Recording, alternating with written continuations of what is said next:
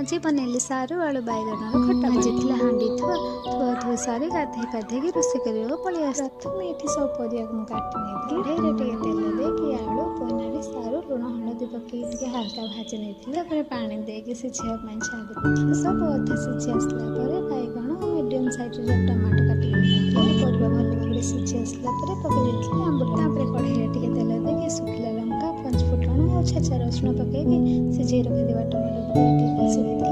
परिवा पकईकी एपट सेपट करने तरकारी फुटी आसला शेष में पकई देती जीरा गुंड प्रस्तुत होता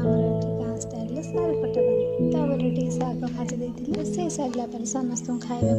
माँ झील खाई सारापर मत चना कुटिबार चाउल नड़िया सब ग्राइंडिंग करदे करदे चाउल ठंडा होगापर चना बिरी और नड़िया पेस्ट सब पकईकी गोल जदि मो भिडियो आपको भल लगी था सब्सक्राइब करदे और लाइक गोटे करने भूल रही जय जगन्नाथ देखा गोटे नुआ ब्लॉग।